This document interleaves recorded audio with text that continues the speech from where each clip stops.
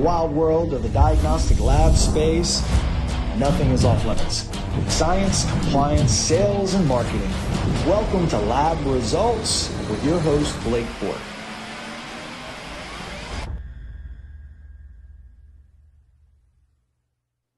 All right, everyone, here today. It's a great day in my world. I would normally be able to tell you that I'm going to have a very objective conversation and that it's going to come to you very straight. But I'm a fan of this man. I'm a fan of his company. Been following him for several years now, and have just always. It's been great to be able to watch his journey and his company's journey. And the problem that he's solving is it's important, it's crucial, and it's one that's close to my heart because he improves the lives of sales reps and he improves the efficiencies of laboratories in that pursuit. And so Greg Stein, the CEO of Shadowbox, is here with us today. Greg, how are you doing? I'm doing great, Blake. That is a very kind introduction. Thank you so much for having me on your Lab Results podcast. You got it, my man. So we're going to jump right in it because we want to squeeze every minute out of your brain. But first thing is, let's kind of just establish who you are, where you're from, man. Yeah, I actually born in LA, Los Angeles. Went to school early on in San Diego, but early calling in public policy. I've just always, my whole life, had this idea that if we just put good minds together, that we could solve really big problems. So first career was actually in Washington, D.C., served for a couple of congressmen working on policy, really big issues, addressing tax reform, welfare reform, technology, space, science, military. Really loved that work because even as a young person, I got to see the inner workings of how our government works and where it doesn't work and try and find ways to create solutions. And but the best part about that early part of my career was the opportunity to meet entrepreneurs and to see what they were doing to build unique, different, sometimes crazy ways of addressing whatever challenge it might be. And we have to represent San Diego, and San Diego has a big military community. We had a really big command for the Navy that did science, technology, space. So we got to see some really cool stuff that the Navy was producing to help address our homeland defense and warfighting needs. We also big biotech community, big laboratory community, big healthcare community. So got to see. That's one of my favorite places in the country. We've traveled all over the place, and also very connected to the Navy SEAL community. And so we've been out there. I've been trained by some SEALs actually on those beaches in a simulation of what Buds is like, and I actually signed up for that. But I've left some sweat and some blood, some tears. And also had, back when I was drinking beer, quite a few beers out there too. I can imagine. I probably drank beer side by side. I think the place in Coronado is O'Henry's, where quite a few of the SEALs hang out when they're not training. But the community is wonderful here and supportive. There's a lot of organizations as well around entrepreneurism and supporting entrepreneurs. And I got really excited about that. So after a career in public policy, I decided I wanted to be a part of that. I wanted to solve problems that had a real tangible result that you could see. And so I went back to school, got an MBA, and ended up working a whole series of startups. And that eventually led me to working with a small laboratory that eventually grew to be a very large laboratory. And I had this incredible experience of working with a team.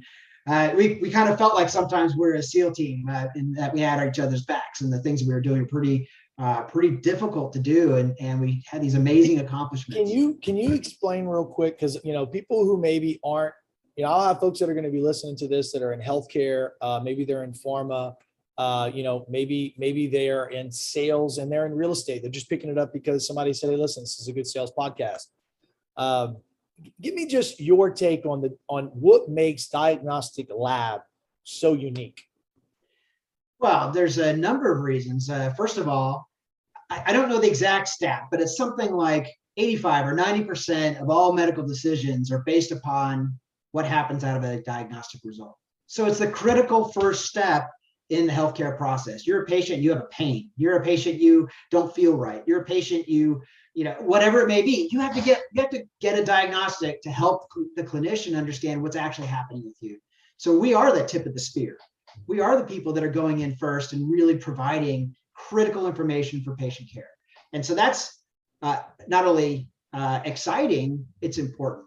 And unfortunately, because so much focus is placed on what happens after the fact, the labs aren't always considered the redheaded stepchild, if you will, of the healthcare industry in terms of where funding goes, in terms of where innovation goes, from government investment in innovation and so on.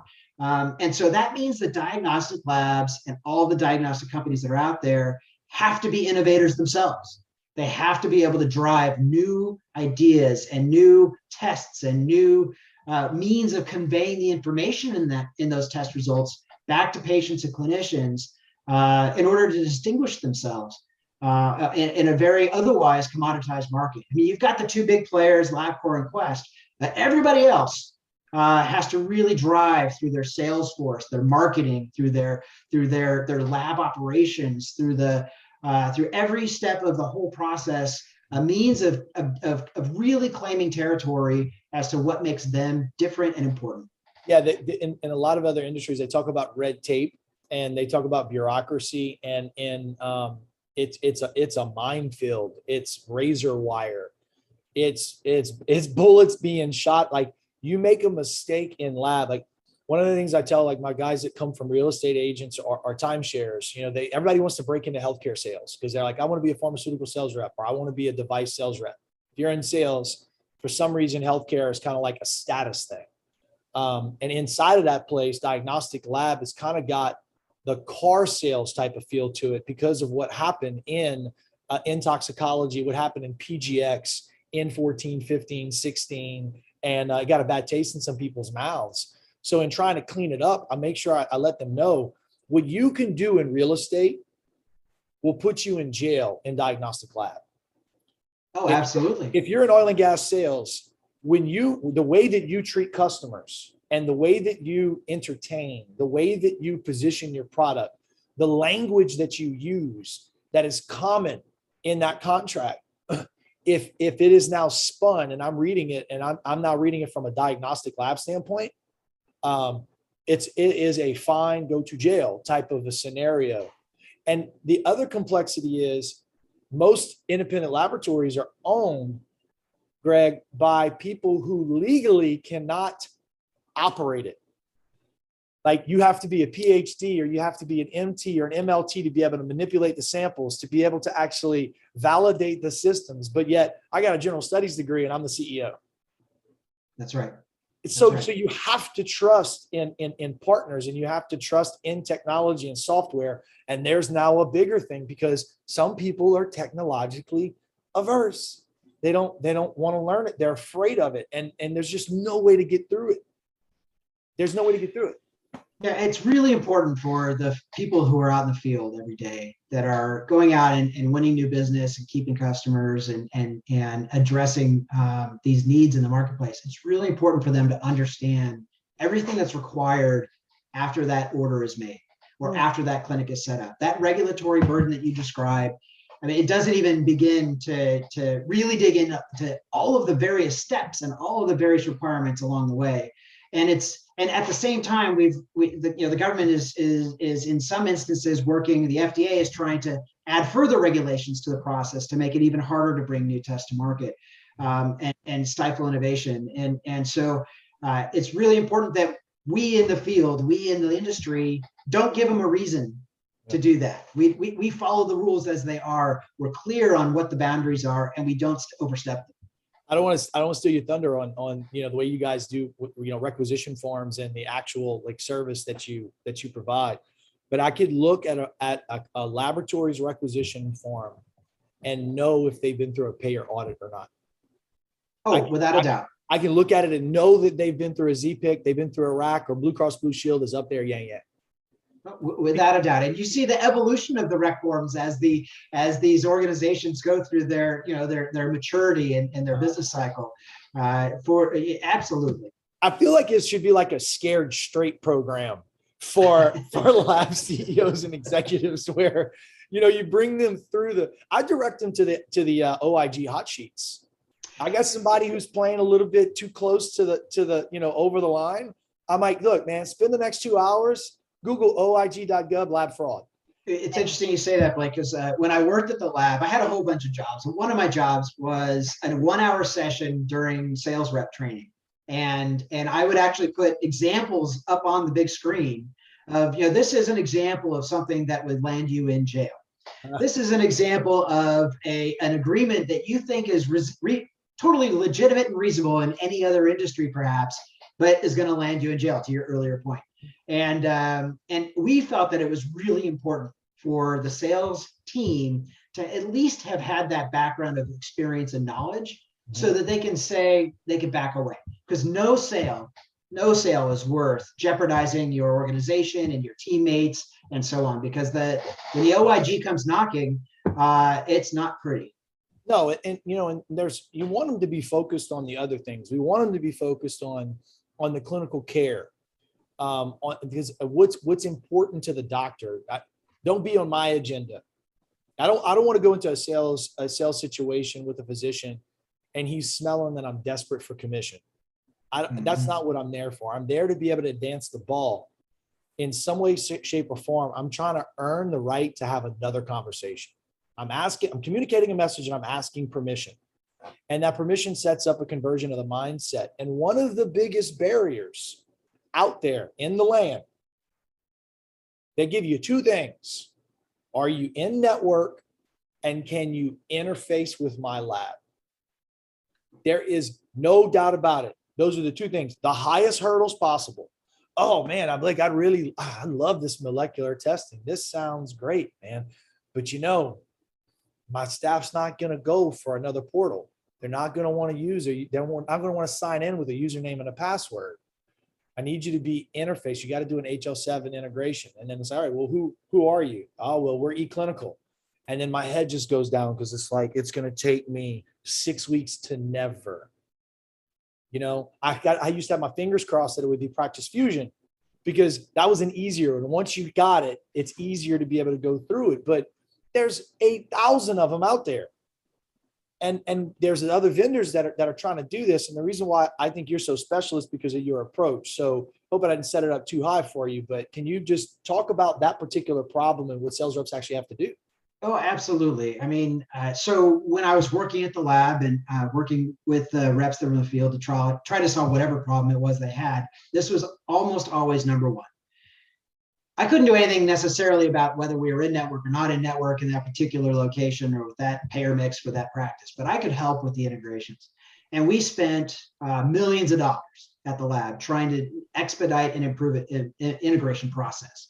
And it, like you said, it might take 6 weeks. It might never happen. I remember this one particular hospital, the doc really wanted to use us, and we called the hospital and they said, we're not doing lab integrations for 2 years.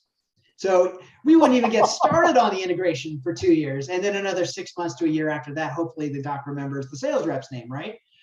And I came across this technology. And that part of my job was always trying to find new things and have it. And because I didn't come into the lab space with such a specific background, I came from all over the place.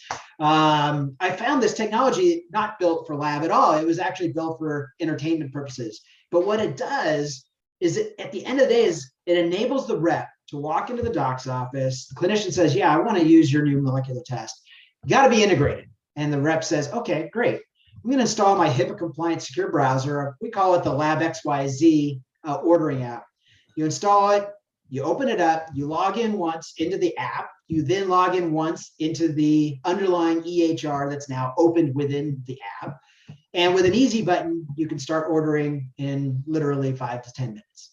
And so what that does is it gives the sales rep the ability to not only close the sale and then set up the implementation process for bringing on board a new clinic, but start ordering the same day they do the implementation. And that technology adapted for this use case is incredibly powerful because it does multiple things by doing that. Not only does it make the sales reps' life easier, and of course the clinic's happy because they're ordering right away electronically, but it also takes information that's in the patient's chart at the time of order, puts it automatically into either a digitized ordering form or even opens up the portal if your lab has a portal, and finds the patient and enters all the demographic information, the ICD-10 codes that are active, medications that are active, insurance information. And so it eliminates the keystroke error that exists between trying to enter data into a portal. It eliminates the time that it takes to enter data into a portal or fill out a form. And on top of that, when you click the submit button, if there is missing information, it won't let you submit. Oh, you're missing a barcode. You didn't scan in the barcode, or you didn't select a test. So simple things. You wouldn't believe how many order forms came into the lab that we worked at, where you would get a patient's first name and a last name and no test order. It happens more often than you imagine. So this, but even beyond that, ICD-10 codes, super critical. And obviously, and so what's nice about that is that it gives the best possible information that's available at the time of order. Your go-to-market, meaning that you sign a customer up and you get them up and ordering right away. I mean, that's the technology we're bringing to market, but that's really just the first layer. Yeah. The thing that what I just heard you with my ears is problem, pain, pain. Problem that sales reps and labs have with being able to show a easy path, because we're dealing with the past experience and sometimes the past trauma and decisions that have been made. That macro decision maker, as I call them, the doctor office owner, right? The actual main provider. They said 2 years ago, yeah, listen, we're going to go with this particular laboratory and they're going to do an HL7 integration. And the team disagreed with the doc. They said, we don't think we should do it. And the doc said, I own this thing. We're going to do it. And this is what I want to do with this lab because I like the rep. And then we couldn't, as a sales rep, I couldn't get the vendor. This doctor had named the limbs, named the EHR, had them as a company. And the first thing that I have to do is I got to get the vendor, the EHR, to pay attention and to know that the clinic now wants to do a point-to-point HL7 integration. Now I got to get us and them to be able to talk. I got to pay for it. So I got to make the business case now to the laboratory that this is going to be good. So the doctor's making a case to his staff that it's worth it. I'm making a case to my lab that it's worth it. And everything hinges on some programmer that works for the EHR company showing up to the meeting, actually paying attention and moving the rock. And you're thinking in your mind, it's like, I got patients' lives that hang in the balance. I got specimens. I got my name, my reputation. I look like the little boy who cried wolf. And it's like, it's going to be 6 to 8 weeks. Time kills all deals. I don't care who you are. I can't resell that many times. So then what ends up happening is the doctor says, listen, we gave it a try. It just didn't work out. And you completely lose the deal. Without a doubt, but Blake, you're also, how many times did you have to walk away from a customer? You sold them, the doc wants to use you, and then it doesn't hit the ROI numbers of the lab. Bro, it's there. It's also now it's their like go-to. It's the no that's the yes that's the lesser no. Yes, I want to use you, but you guys got to be integrated. And he knows that that's the nicest way to tell you, get away, kid, you're bothering me. And if you turn around and say, okay, well, what's your volume? Oh, I only order like 5 orders a month. Thinking again, well, that's not worth the interface check. No problem. I've got a Shadowbox. We'll drop it in, start ordering right now. I don't care if you order 1 or 100 or 1,000. We can get you going right now. And the cost for the lab, zero marginal cost. Imagine if you're a sales rep and you're able to literally say, yeah, we can do it. You fill out the necessary information, right? I walk to my trunk. I don't want to put words in your mouth. I'm just saying, I literally go pick up coffee because I'm educating and it's an appropriate thing for me to do. I can bring coffee. It's within the Sunshine Act limits. It's not an over, spending. I'm not giving these guys a steak dinner, but I'm giving Shadowbox the necessary amount of time to be able to do the plumbing, your magic. And you can explain that in a little bit.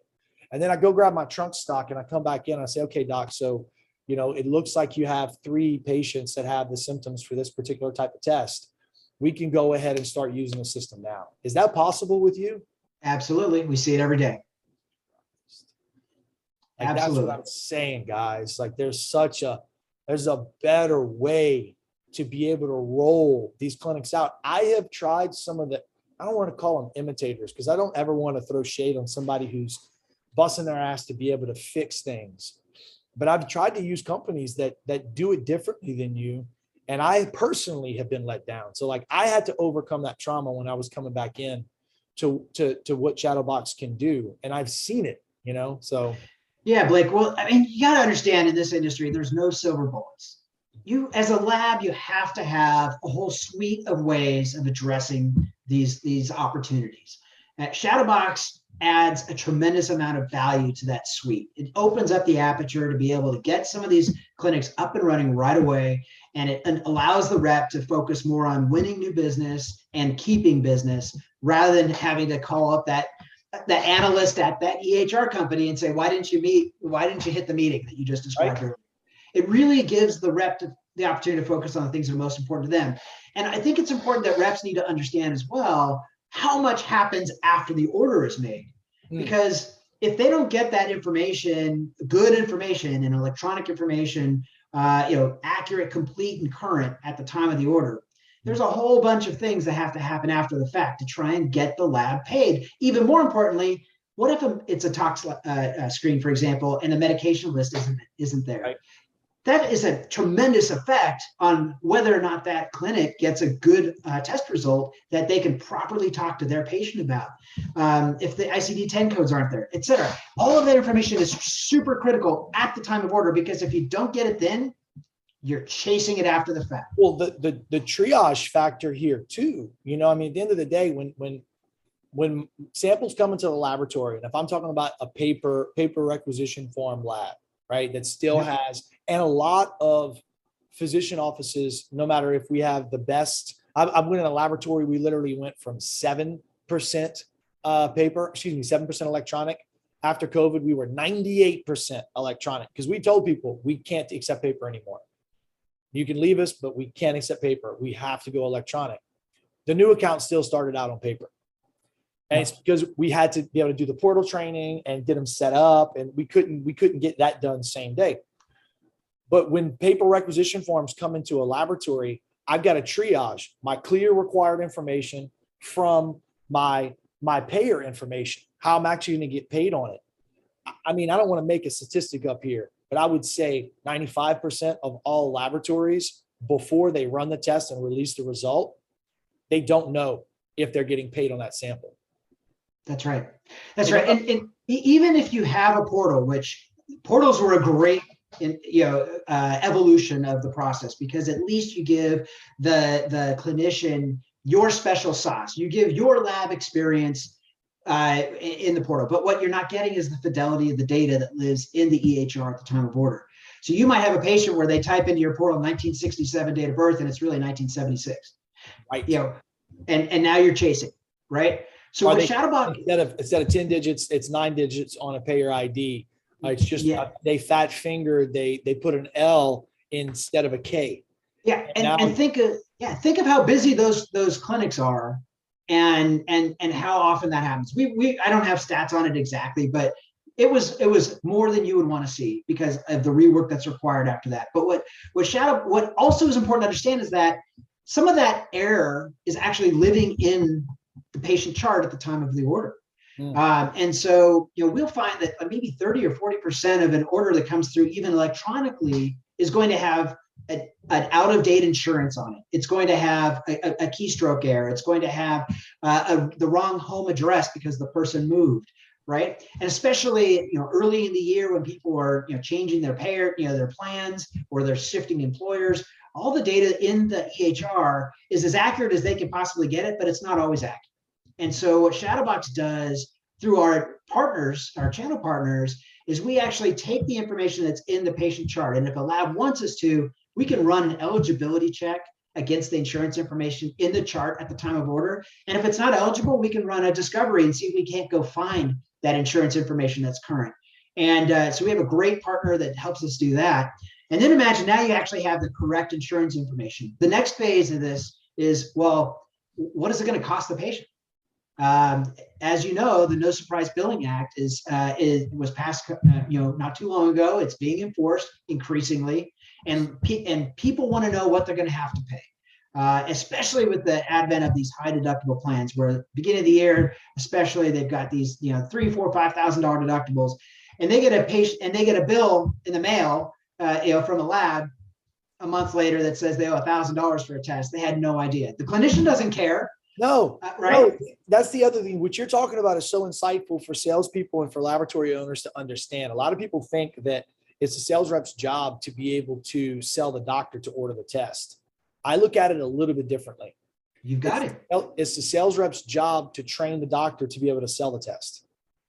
Exactly, because not only that, but so what Shadowbox does with our channel partners, we're able to return back a patient fee estimate. And that takes that patient benefit plan, the CPT codes, the ICD-10 codes, and runs it against the payer's contract compendium with payers, so they know what that particular insurance plan is going to get charged. And then it pops up and says, hey, this test is going to cost you through our insurance $850. Do you want to pay that? We also offer a cash pay price, which is slightly different than that, and give the patient the opportunity to make a choice. So now they've bought in, right? And now, once they click accept, we can send them through our partner a text and an email with a secure link to pay, so they can click and pay before they've ever taken. I have wanted to build what you're talking about right now since 2012. Yeah. Think about, again, sales rep, they sign up the clinic, they get the orders going, they train the doc on utilization and the appropriate medical necessity, and they really help with the clinical side of things as things are getting set up. But you also have the patients and their interactions with the clinician. You want to solve those problems right away. Mm-hmm. And so if you can, the more you do that at the time of the order, before the services are rendered, think of the value prop for the labs down the line. So it depends on what you're measuring. All right. Because, when I was a laboratory CEO and I was looking at volume, I used to look at volume and I'd look at head count. Tell you how dumb I was.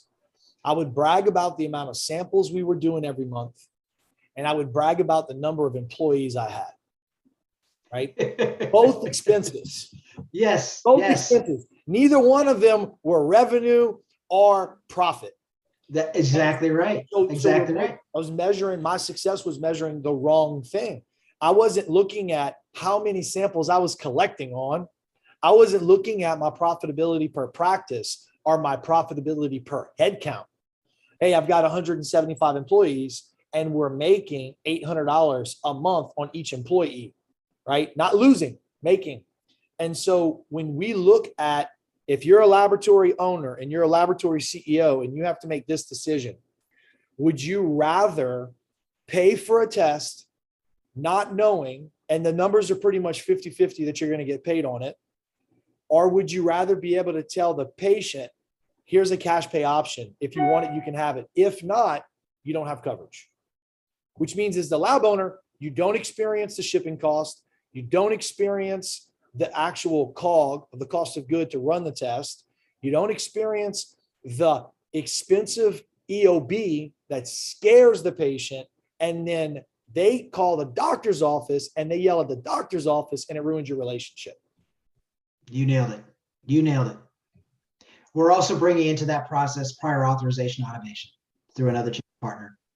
So if you think about the full cycle of everything that's required, again, as I said earlier in our conversation, the sales rep gets the doc up and running, but there's so much has to happen after the fact to provide a good result and to get paid.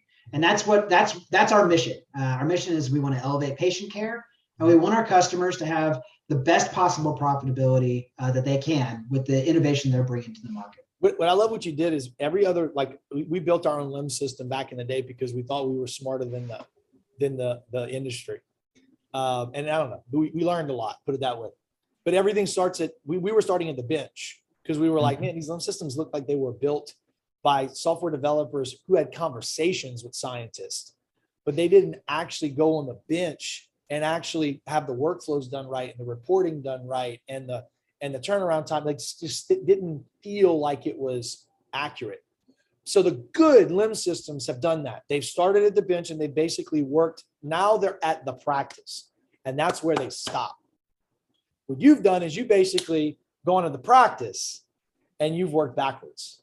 And you have now the ability to be able to meet these limb systems where you're limbs agnostic, right? We are absolutely, absolutely.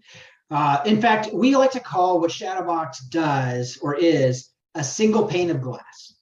It's a pane of glass that brings to the users throughout the process the best possible solutions or their existing solutions, whether they happen to make a good choice or not and what they're using, into that single pane of glass to move data seamlessly around them. We don't want to be an EMR. We don't want to be a LIMS. We don't want to be, an RCM or a patient fee estimator company. There are lots of really smart people, far smarter than I am, out there solving those problems. But if we can bring that together through our platform, through our single pane of glass, and protect HIPAA and compliance and security and all those things at the same time, we're doing something that's transformational. So what are some of the things that you're excited about going forward? Well, I've described some of the things that we are doing today and how important it is for us to be able to provide this single pane of glass. What's exciting about how we're doing it and where we're going with it is the application of a couple of things that are coming out as we go. Number one, we're adding in some AI, ML, artificial intelligence, machine learning into our platform. And what that will enable us to do, so our secret sauce, what we patented, is the ability to access the underlying applications. I'm getting a little techie here, but right, underlying applications, document object model. It's the framework of the applications, whether it's an EHR, a portal, or what have you. And so by accessing that information and accessing very specific data fields and the data that lives within it, we're able to move it. That's what we patented. But now what we're doing is, those applications change over time. And so we're adding in artificial intelligence and machine learning to be able to say, hey, this application has changed. I now recognize it's changed, and I'm going to auto heal to affect a solution for that change so that you'd never see downtime. So that there's never, every software system, I think even Facebook was down for like a couple of days this last year, right? So every software system has changes and outages and maintenance and all those things. We're making that invisible for the end user. That's number one. Then number two is what we've done. What we started with was a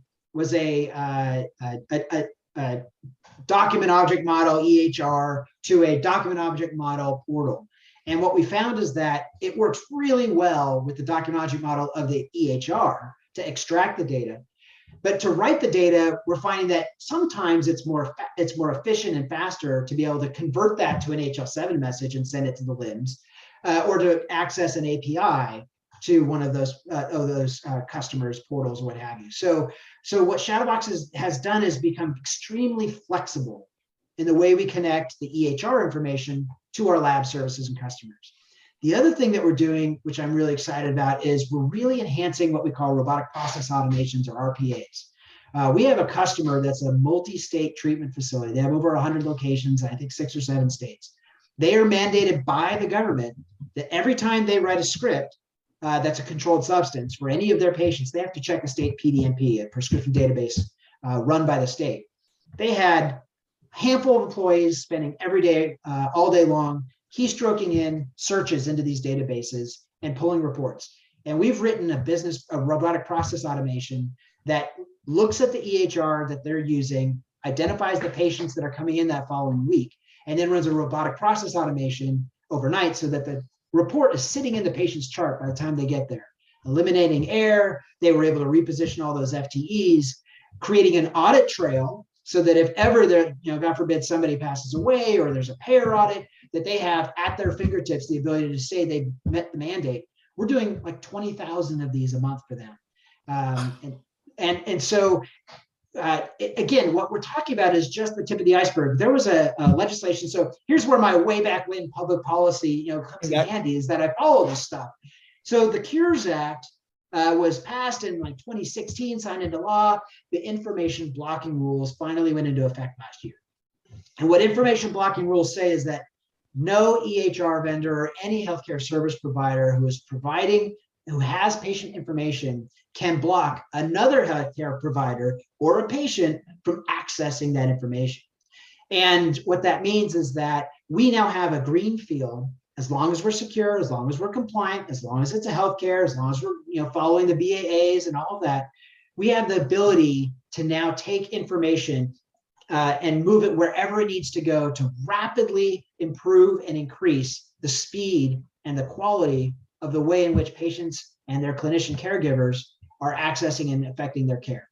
So imagine everything from a referral to hospice, everything from having your prescription in your EHR match the prescription in the prescription ordering system, everything from getting your images, using AI ML on those images to be able to identify more effectively what's showing up in that MRI.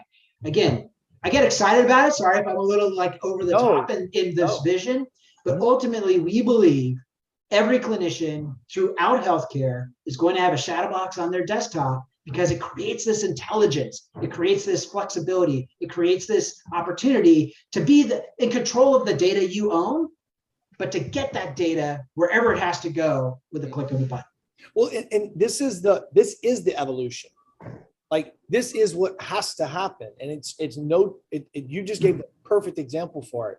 I have employees that show up to work on time, that are smart and that can do more. And they're sitting at a keyboard and they're punching in, searching a database when you could write a script for it. And it can be done. And it can be done consistently, and it can be filed consistently, and it can be checked for an audit log down the road consistently. And that's not only, I got 3 people that are making $55,000 a year plus salary, wages, and benefits all added up. And I have to talk to them. I have to manage them. I have to lead them. I have to schedule them. I have to work around their vacations and their missed days and their problems and their issues. And if I don't have to have that department, then now I can take those good, talented human beings, and I like the way you said it, reposition those FTEs to go and solve higher value problems, which problems cost money. The problems cost money. So something you said is really important, because the end state of where Shadowbox is going is you have your employees who have multiple systems they have to access. Right now, if they want them to talk to each other, they have to actually call your IT department and have them write an integration. We're actually, the end state for Shadowbox will be, I have 3 or 4 SaaS applications I access every single day. And I want this information to go there. I want this information to go there, this information to go there. I'm going to hit record button like a macro, like we're recording this conversation today. I'm going to hit record. I'm going to track the actions I do every day and set up a button for myself. I never have to call IT again to get what job I have to do that day done. And imagine the efficiencies if you're able to give the power to the end user to use the Shadow. That's why I say when Shadowbox is going to be on every desktop, that isn't fantasy. That's a reality that's going to happen, because it has to happen, because we all have too much to do every single day to have to try and re-keystroke and swivel chair between applications, or God forbid you call up your IT department in a major institution and 3 years later they deliver something that doesn't do what you need to do, or you've got an Excel spreadsheet there, you're porting in data from 37 different places and trying to meetings. It's the meetings in between the meetings to talk about the meetings, about the spreadsheet, and why do we need this data, and who's using this data, and where is it coming from. And you look around the room and you got red personalities versus yellow personalities, and you realize we need to reshuffle the team members because we're not going to be able to work well together because we don't have a blue in the room. And then now you have a meeting about that. And you're like, dude, you know what? I'll just go ahead and I'll just hand type my Excel spreadsheet. You guys take care of what you got to take care of. Exactly right. Excel is the most wonderful program in the world from an MBA perspective. It's also the worst program in the world from a business perspective, right? Because it's the fallback, it's the crutch. Yeah, well, it's something that, I think when we talk about like maybe institutional learning, things that everyone should graduate from high school with a fundamental understanding of, banking, emotional intelligence, like being able to label feelings and understand how to process that. I think a class on teaching people how to learn is probably pretty good, lifelong learning, but Excel, being able to think from a database standpoint with rows, columns, and fields, and the searchability, it is so many applications to real life, but it is not the end all. Like, you cannot show up and run 8-figure business with duct tape, string, and Excel. Yeah, bring it right back to the sales reps, because the sales reps just by nature tend to have the qualities around emotional intelligence. They're able to read the room. They're able to see whether or not they're having an impact when they're talking to another person. They're really good at those skills, and that's what makes them really good sales reps. And we want them to focus on those skills, and we want to eliminate and reduce. It's great to have the knowledge and to understand the back end, which is why I talk about, and like on this conversation, why I talk about the back end and why it's so important. But we really don't want them to have to work on the back end. We want to eliminate that work so they can really focus in on winning new customers and keeping those customers happy. That's awesome. That is awesome. You know, the amount of time that is wasted. I believe time can be invented. I believe time can be created. I think that the idea that we don't have time is a lie. It is a lie that people tell themselves to protect themselves and keep themselves comfortable, because if they measured their effectiveness this week, they would realize that they haven't done the things that they even said that they would do inside of their own head, right? Yeah. And so what Shadowbox is giving us the ability to do is you're taking every excuse that a salesperson could have in a pipeline meeting why they're not doing their job. Well, for those sales reps that are hiding behind those things, here's fair warning. Right? Yes. And for the lab executives that want to be able to hold, like, I know this much, there's like 8 or 9 people that are some of the most high quality human beings that I've ever worked with. Rick Arnellis, Greg, Kendall, Robbie, Ross, Eddie, Trisha, they know their last names. Those people don't want to have an excuse. They don't want to have the lab get in their way. They don't want to have to chase down missing billing information. 45 days after the sample is run, the claim is dropped. Unacceptable.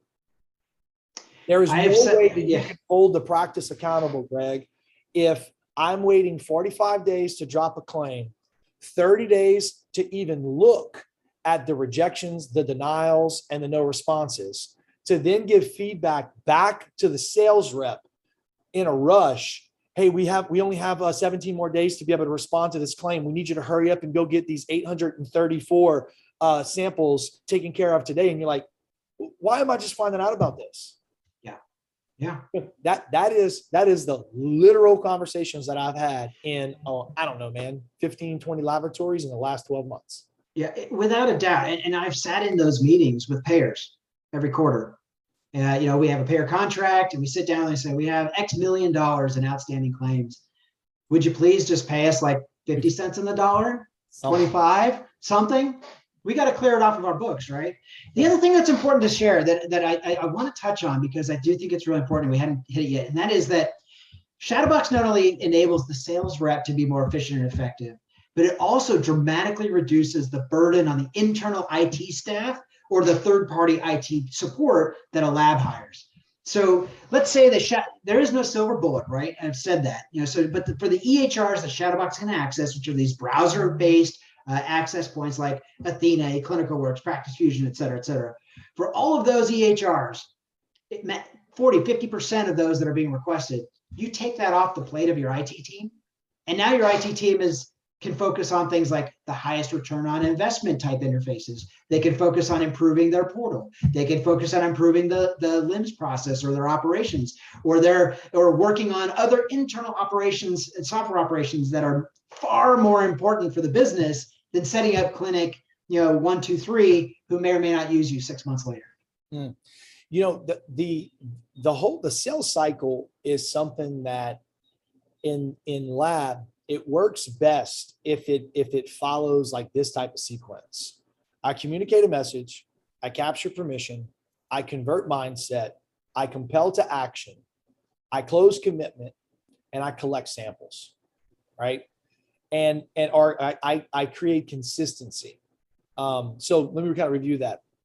When I communicate my message, I'm talking about the problem to the patient, the problem the patient has, the problem the provider has. I'm gonna list all the problems. I'm gonna talk about the problems about 80% of the time.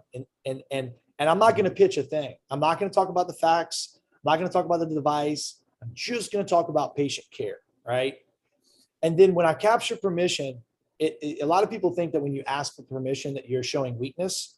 And in fact, what you're doing is you're allowing them to give you permission to take control. So the power dynamic actually flips. So I ask you permission to allow me to be able to go into your brain, ask you questions. I'm colonizing your brain now with questions. And if you're a competent human being and you are conscientious, you can't rest until those questions are solved. Those problems that I rise up. You're gonna when I leave, you're gonna research. So I'm working on converting your mindset with the questions, and I'm colliding with your worldview, and I'm expanding that worldview. Right now, this is where it gets tricky, because whenever I compel you to action, which in other words is when I ask you to go do shit, and you go do that stuff, if it is harder, more complicated, or not the result that I promised you in my message, you're going to feel lied to, manipulated, and motivated, and you're going to have buyer's remorse. Mm-hmm. And we have that stage, the compel to action. If I can, boom, I get the yes, and we can go. What slows down, like you have these false starts, you have these ghost starts where they tell you yes, and then they never send samples, or they send a couple and then they never send again, and then they ghost your ass, right? So for me, the Shadowbox piece sits directly in the compel to action bucket. It is your action. It is the way that you get clients to go now, and a way for them to be able to feel empowered with the information. It allows you to focus your conversations, not on the portal training, not on the HL7 integration and manage that, but on the clinical aspect and the care aspect of what your report does. That's what I want to talk about with doctors. I don't want to talk about HL7 integrations. You're so right. You're absolutely right. And we're excited to be a part of that. Well, I love it. Let me ask you this. You guys are doing some cool stuff next week with the Executive War College, right? We are indeed. We are really excited. One of our customers, Myriad Genetics, a big company, and we're a small company. Today, they were turned on to us by one of our other customers, who said, "You got problems with. You have a sticker program. You got paper rec forms. You don't have the resources internally to work on this stuff. Can you? Is there a better way?" And they were introduced to Shadowbox, and so we, as a big company, they weren't just going to jump in with both feet. They said, we need to make sure that this is going to work the way you said it's going to work. Back to your earlier comment about, if you promise something in your message, can you deliver? So we actually, we did a pilot with them, and we set metrics associated with that pilot. Did we deliver on time? What was the outcome? Did the clinic enjoy it? Was the clinic willing to install it? All of the things. Is it going to work in the field? And then what was the outcome? As a result, were we able to eliminate the sticker program? Were we able to maintain our order volume, et cetera, et cetera? I'm not going to give away the punchline because I want you to go to EWC and come to the event where we're speaking. But the bottom line is that Myriad was very happy with the outcome of our pilot and converted us to a full contract, multi-year contract. We're expanding to clinics with that throughout their urology division today. And in fact, their head of urology sales is co-presenting with me to talk about this case study and to share the success. Well, can you just share, without sharing the punchline, can you share what you measured to quantify your success? We measured the quality of the orders. So are we getting clean, complete orders? That's number one. And the answer to that is yes. Number two, is the clinician going to install, as I said? Because that could be a theoretical barrier to entry. Well, I got to put a new browser, if you will, on my desktop. Am I going to do it? Yes. So they did that. Is the process easy enough and efficient enough and quick enough so that that you can get them up and running right away? And if they have turnover, it doesn't take an arm and a leg to try and get the next person to figure out how to do it. It's super easy. There's a bright red easy button. Then it's are the orders coming through? Are they clean, complete? And then they had a paper sticker workaround process, which they would print an order and they'd put a sticker on it if it had to go through this process, or a different sticker go through that process, they have to write on it. So are we saving the clinic time in that process? And we certainly did. And then the question is, okay, we do all this, and are they going to keep ordering from us at the same volume? And the real punchline that I'll allude to is they had a companion test that was medically appropriate to be ordered every time they ordered the primary test. They should be ordered on a one-for-one basis, and they weren't. So then the question was, if we make the process simple, fluid, easy enough to understand, will we increase that ordering of the medically appropriate companion test? And the answer is yes. The punchline is by how much? Yeah, well, I'll let you say that one. I remember reading it and my eyes popped out of my head because it's not even close. But it makes perfect sense, because what you've done is you've made the path as easy as possible to follow. Easy isn't always good, right? Simple, smart. Some things can be easy but still hard. You're right. And we going all the way back to the very beginning of Shadowbox, where we first had our very first customer, a small lab in a tiny little office. The first clinician we installed it on, there was an MA there, who her job every day was to fill out order forms, collect specimens, and send them into the lab, and then retrieve the results. And we installed it, we opened it, it logged into their EHR, it worked. We hoped it worked. Our very first customer, very first clinic.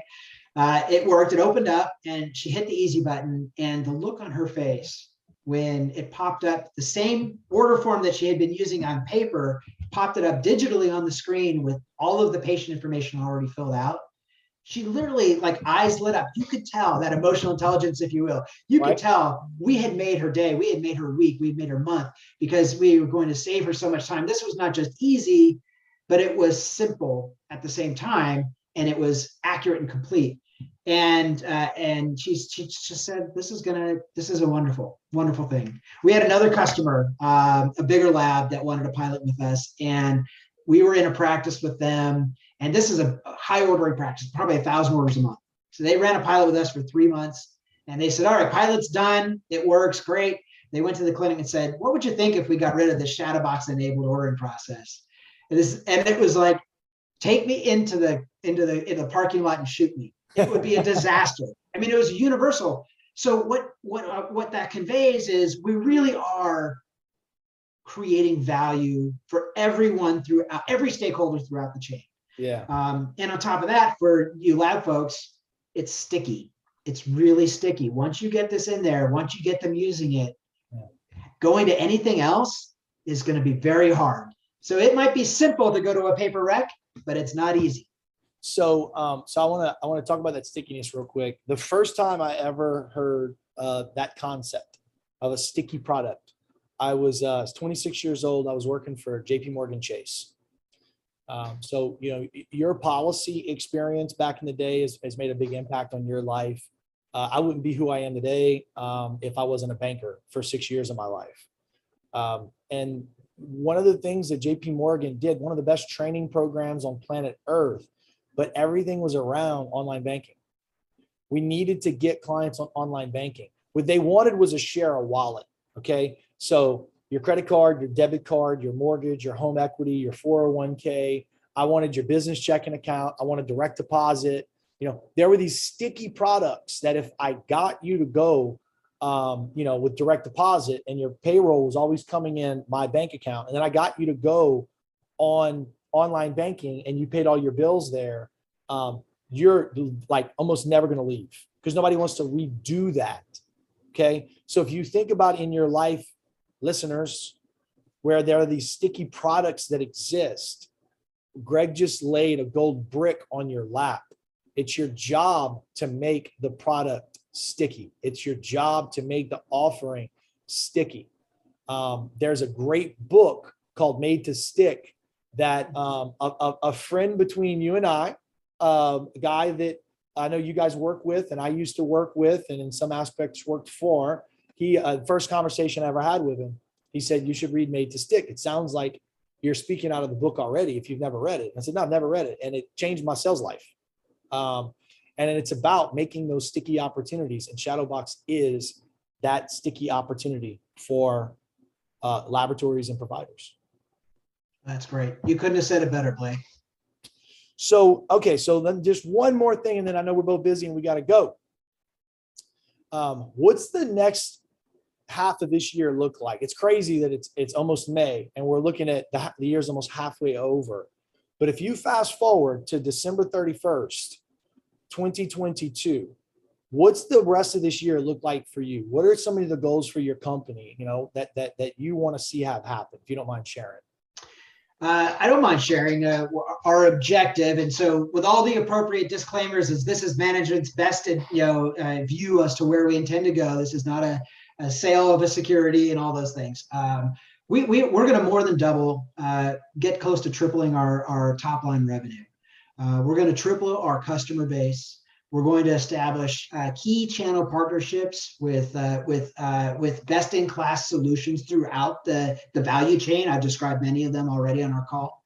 We're going to embed Shadowbox in some of these software vendors so that they can sell it themselves. So imagine if there is a lab information system, a LIMS system that is doing as an outsourced service your hard-coded HL7 integrations, if they could also offer a Shadowbox.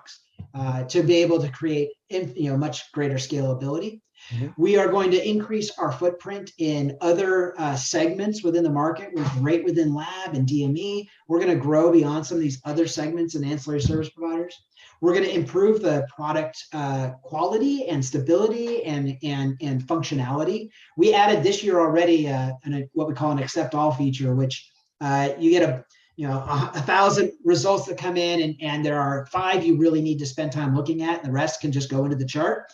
We added the ability to do that like that, and we're tackling some other feature functions that I probably can't adequately explain in a podcast, but that we're going to dramatically increase our footprint and value prop throughout the healthcare space.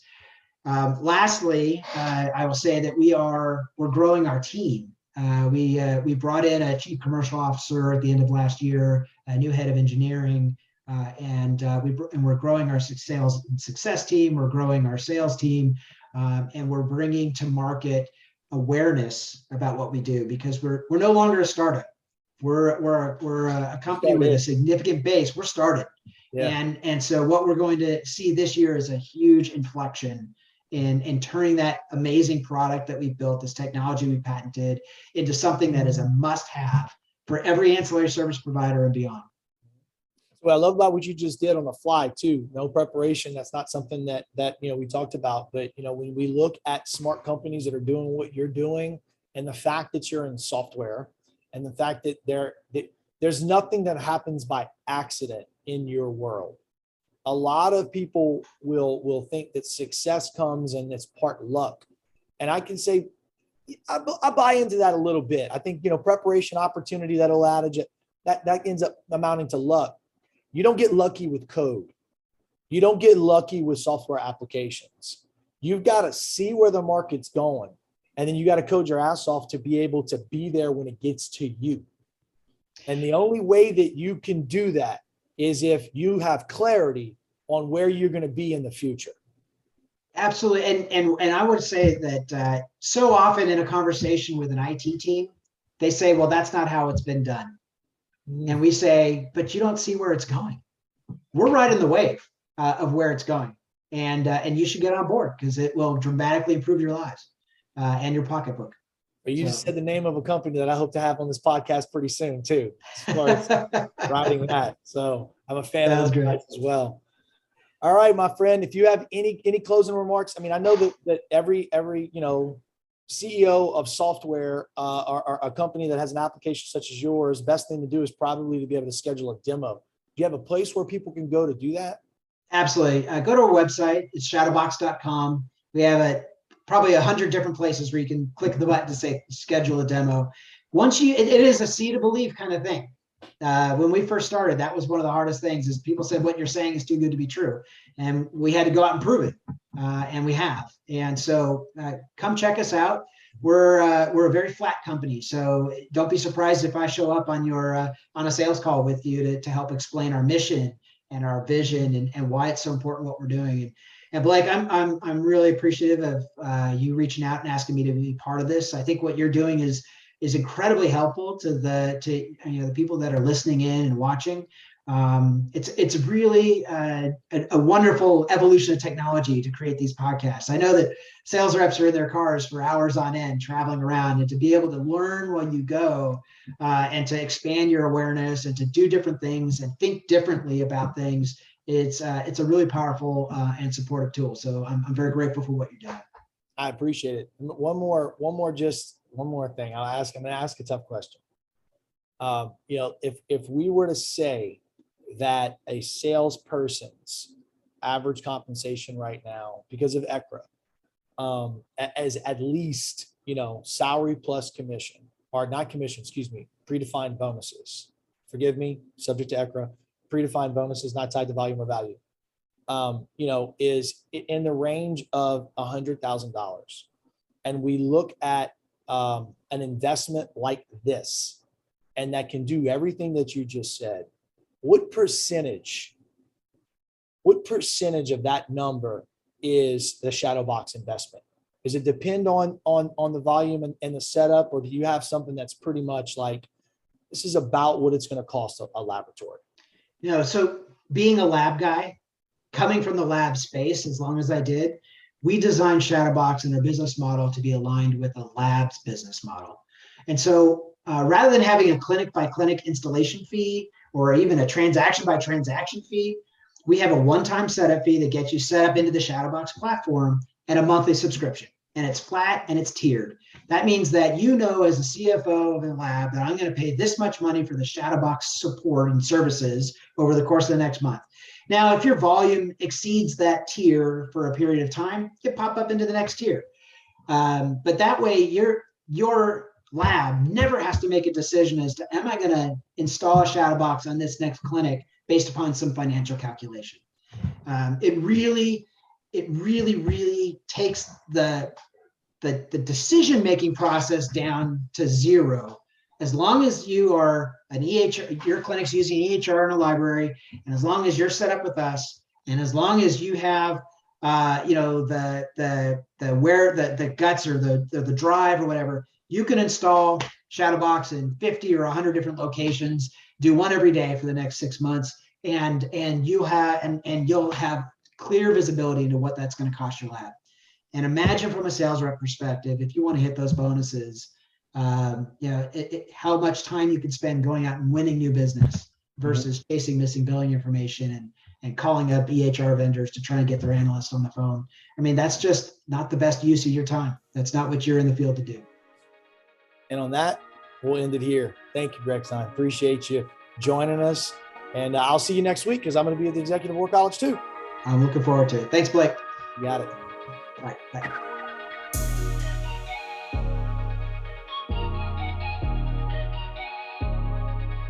You've been listening to Lab Results with Blake, and I'm your host, Blake Bork, with a closing message.